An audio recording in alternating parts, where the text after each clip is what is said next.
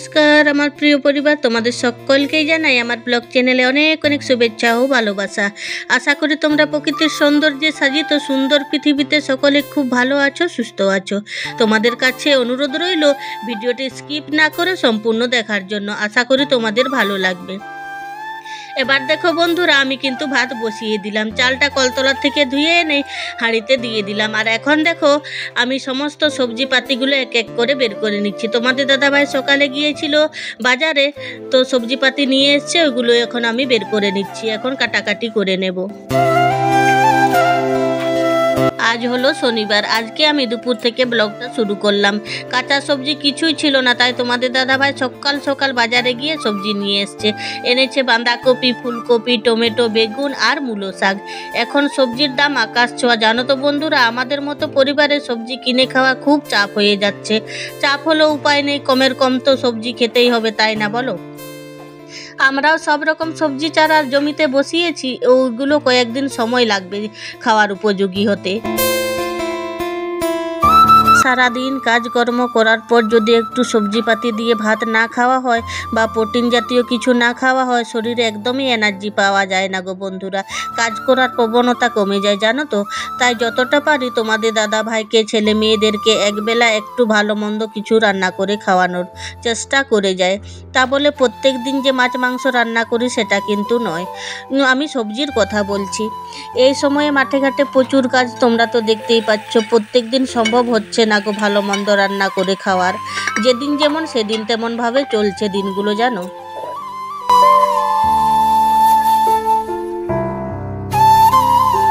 তোমাদের সাথে গল্প করতে করতে আমি কাজগুলো অনেকটাই এগিয়ে নিয়েছি। সবজিপাতি কাটাকাটি করে নিয়ে ভাতটা নামিয়ে ফ্যানটাও ঝরিয়ে নিয়েছিলাম। তারপরে দেখো একটা সবজি কিন্তু আমার রান্না করা হয়ে গেছে, আর শাকটাও ভাজাভাজি করে নিয়েছি বন্ধুরা। আজকে আমি রান্না করেছি মূলো শাক আর বাঁধাকপি পাতা একসঙ্গে মিশিয়ে ভাজা করে নিয়েছি। আর একটু আগে নামিয়ে নিলাম ফুলকপির ডাঁটা, বেগুন, আলু, টমেটো দিয়ে একটা চচ্চড়ি দেখো।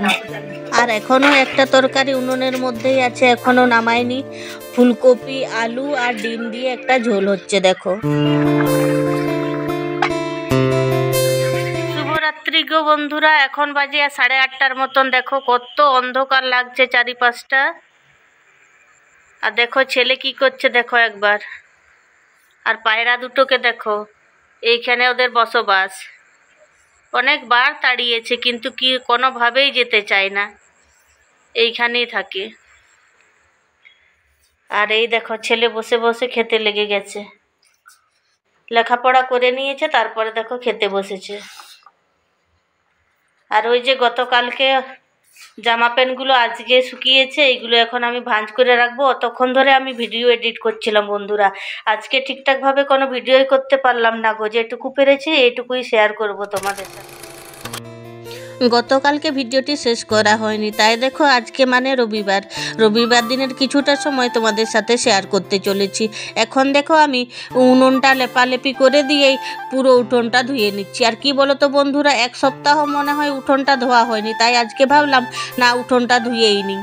আর এইদিকে দেখো সকাল সকাল অনেক কাজকর্ম করে নিয়েছি। চারদিকটা ধোয়া মোছা করে নিয়েছি। ধোয়া মোছা বলতে ঘর মুছে নিয়েছি, তারপরে বাসন কোসন মাজামাজি করে দিয়ে দেখো উবুর দিয়ে রেখে দিয়েছি।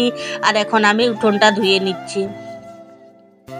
আর এখন শীতকালের দিন তো প্রত্যেক দিন এখন কিন্তু আমি উঠোন ধুচ্ছি না, ওই 2-1 দিন পর পর উঠোনটা ধুয়ে নিচ্ছি। আর এই সপ্তাহটা অনেক ভিড়ের মধ্যে ছিলাম বলে উঠোনটা এক সপ্তাহ মনে হয় ধোয়া হয়নি। 2 দিন আগে থেকে মনে হয় কাঠের উনুনে রান্না করছি, তাই উনুনটা ভালো করে লেপালেপি করে দিলাম। আর কাঠের উনুনে রান্না করলে তো হাঁড়ি কুড়িতে মাটি লেপে দিতে হয়, সেই জন্য সুন্দর করে মাটি লেপালেপি করে দিয়ে দেখো রোদে দিয়ে দিয়েছি। আর এখন যাচ্ছি বন্ধুরা আমি মাঠে। চলো তোমাদেরকেও সাথে নিয়ে যাচ্ছি। আর দেখো ছাগলগুলো কীরকম চেঁচামেচি করছে গো। উঠোন ধুয়ে হাত পা পরিষ্কার করে নিয়ে ঝড়ের গতিতে মুড়িটা খেয়ে নিয়েছিলাম। আর এখন দেখো একেবারে রেডি হয়ে গেছি মাঠে যাওয়ার জন্য। আর একটু হলে জমির কাছে পৌঁছে গেছি। আর দেখো চারদিকটাই কেমন জল হয়ে আছে। আমাদের পুকুরের জলটা ছেড়ে দিয়েছে, জানো তো। এখানে চারা ফেলবো আমরা।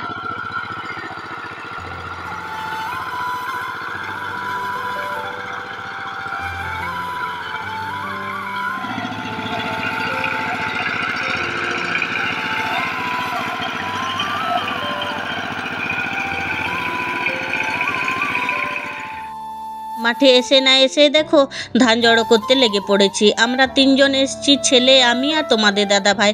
তোমাদের দাদাভাই আমাকে বকা দিয়ে দিয়ে মাঠে নিয়ে আসলো, বলছে খালি ধোয়া মোছা করতে করতে দিনটা পার করে দিচ্ছ।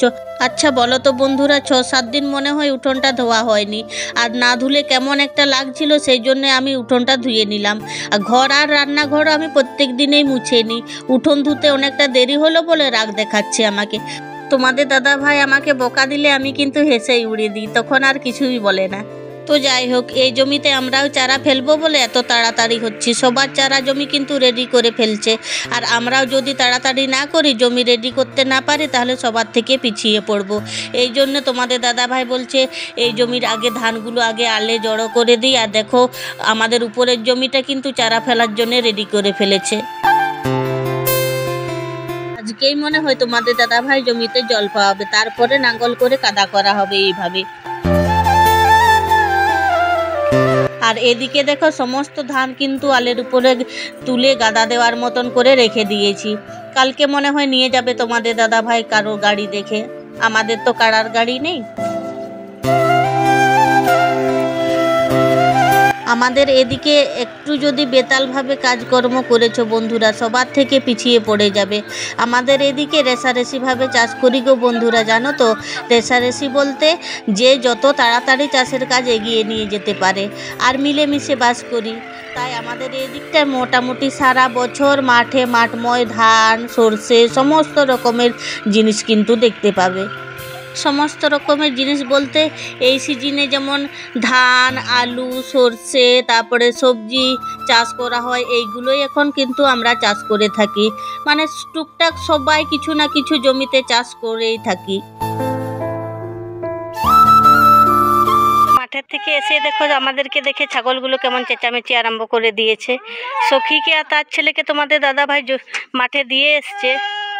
আর এখন এই যে ধানগুলো একটু আলগা করে দিই, তারপরে ছাগলগুলো দিতে যাবে তোমাদের দাদা ভাই। নাও ধরো।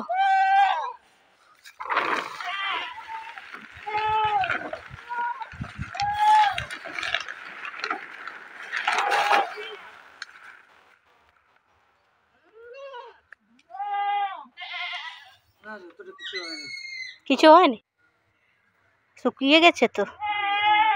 হ্যাঁ, তোমাদের দাদা ভাই ছাগল নিয়ে মাঠে যাচ্ছে। আমি এখন চান করে এসে রান্না বান্না করব। মাঝে মাঝে আবার খামারে এসে ধানেও পাহারা দেব, না হলে মুরগি চারদিকে পায়ে নুচে নুচে ছড়িয়ে ছিটিয়ে দেবে। একটু আগে 2 ভাই বোন ঝগড়া লেগেছে, তাই একজন রাগ করেছে, চলো তোমাদেরকে দেখায়। সাইকেল নিয়ে ওদের ঝগড়াটা হয়েছে। ছেলে অনেকটাই দুরন্ত, সাইকেলের 12টা বাজিয়ে দেয় পুরো। মেয়ে ছেলেকে বলছে আমার সাইকেলটা খারাপ করলে কেন, এই নিয়ে ওদের সমস্যা হয়েছে। তাহলে চলো বন্ধুরা ওদের সমস্যাটা একটু আমি মেটাই, আর তার সাথে তোমাদেরকে অসংখ্য অসংখ্য ধন্যবাদ জানাই। তোমরা যে এতক্ষণ ধৈর্য ধরে আমার ভিডিওটি দেখছো, তোমাদেরকে ধন্যবাদ জানালেও কম জানানো হবে। আজকে কিন্তু আর ভিডিওটা আমি বেশি বড় করতে পারিনি, ভিডিওটা আমি এখানেই শেষ করছি। তোমরা খুব ভালো থেকো, সুস্থ থেকো আর সাবধানে থেকো। এই যে দেখো সোনামা রাগ করে বসে আছে, চলো সোনামার রাগটা আমি এখন একটু ভাঙাই।